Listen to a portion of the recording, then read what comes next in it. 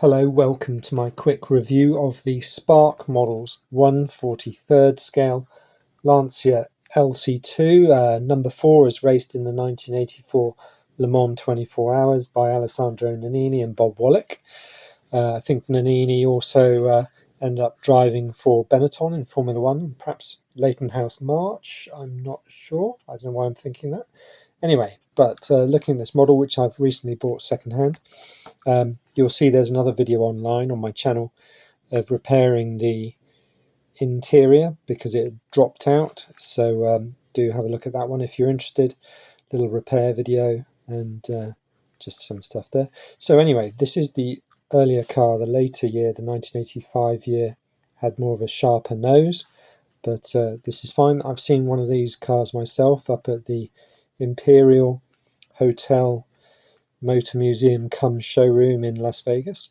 I think that was owned by John Campion, a very famous collector of Lancias, Fiats, and Alfa Romeos probably as well. But looking at this car, it's one of the more beautiful Le Mans cars, excellent profile. But we're here to look at the car now. Let's have a look. The paint, I mean, it's white, there's not much to look at, but it seems fine to me. I mean, it's not overly glossy, which is fine as well, because it wouldn't be overly glossy. So that's fine. And then you've got the Martini decals, which are really important. What a great colour scheme for any racing car. And what I'm noticing here is there's some issue there, and I'm not sure what that is. It almost looks like dots of rust, but I don't suppose it could be. It might be something that'll just clean off, actually. Could be a spillage or something that's dropped onto it. In fact, it does appear to be coming off with a bit of light amount of liquid there, a little bit of water. Okay, fine, interesting. So the detail on the decals is fantastic. Look at those roof decals there with the driver names on. Brilliant. And further back, those other decals. So yeah, interesting. These are reminiscent of the Ferrari row within the grey part of the lower part of a Ferrari from the early 80s, interestingly enough. We've got Dunlop logos on the tyres.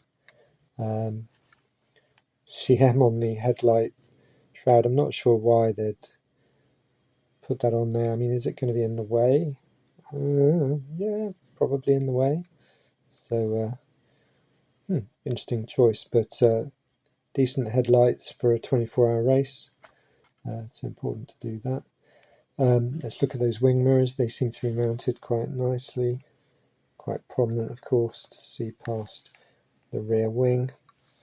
Okay, and speaking of the rear wing, yeah, fine, brilliant. Okay, so one of the things you'll notice about this car, it doesn't have any roof aerials on it, and I double checked that to check it wasn't a fault with this car, and that's correct. So maybe for aerodynamic reasons they've somehow hidden them, because you'd thought they'd need them, and certainly the cars at the time did. But you've got these hinges on the tops of the doors there, I can feel that, so that's nice and accurate. And then you've got these holes, ventilation holes on the side windows. So yeah, looking in the car, that's the dash top there. Let's see, I can't remember, I think, was this a right-hand drive? Yeah, this is a right-hand drive car, as many racing cars have been over the years.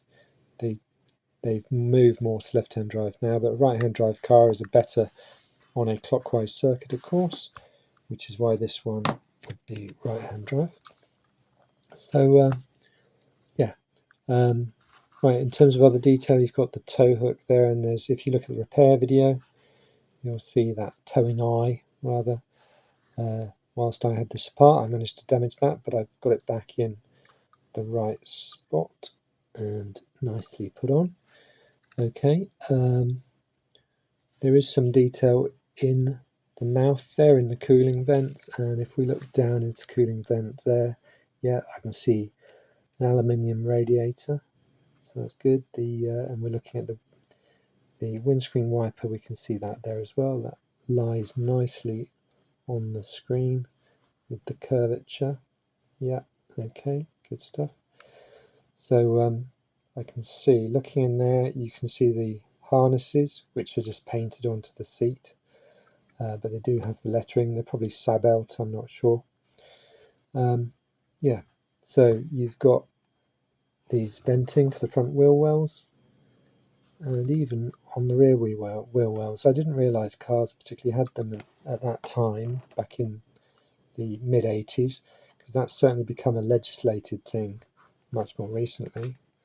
And then you've got probably intake and intercooler, because I imagine this may well be a turbocharged car. Whether it's a 3-litre V6, I don't know. Do put in the comments. And you've got the Venturi there, which is a good old sized Venturi. It's they could have kept the top of that going further back, perhaps. I'm surprised they haven't, but then they're obviously relying on the wing to do something and maybe extract air from the Venturi more effectively. Okay, so nice lights there, amber by the look of it, and red, and not painted on. They're proper plastic pieces. Exhausts, nice. You've got a silvered exhaust there, a little vents in front, and this vent here must be to do with the ground effect, probably I suppose, because you'll get a build-up of pressure in front of the rear wheels, and you need to vent it out sideways or fill up the tunnel, which you don't really want it to do. So whether that's an accurate representation of how that side tunnel there went, I am not sure, but it's interesting to have that there. So yeah, you'll see these 3 screws, take the bottom off, and I could access the inside for the repair. So a bit of gluing on that job. Okay, well this is a model I've wanted for a while, and I found this one online nice and cheaply, and I'm happy with it. Yeah, especially as that deck, or whatever that was, it almost looks like coffee powder or something had landed on it and done, but that seems to be coming off quite nicely. So I'm not rubbing it too hard or anything like that, just very gentle and a limited amount of moisture. So yeah, not bad. Okay, well do subscribe. There'll be a link to the repair video of this, and in the description and in the end sequence. So I've got a lot of videos. Do subscribe. I've got a lot of videos of 43rd scale cars by Spark and by HPI is my other favourite brand. I've got a fair number of Le Mans cars, especially the HPI ones, because they have removable engine covers, so you get to see the engine detail in 43rd scale. But I've got a 12th scale Mazda 787B as well in there, so do have a look through, do subscribe, and some 64th scale, 18th and 12th scales in there as well. So thank you very much for watching, and you'll hear from me again soon. Cheers.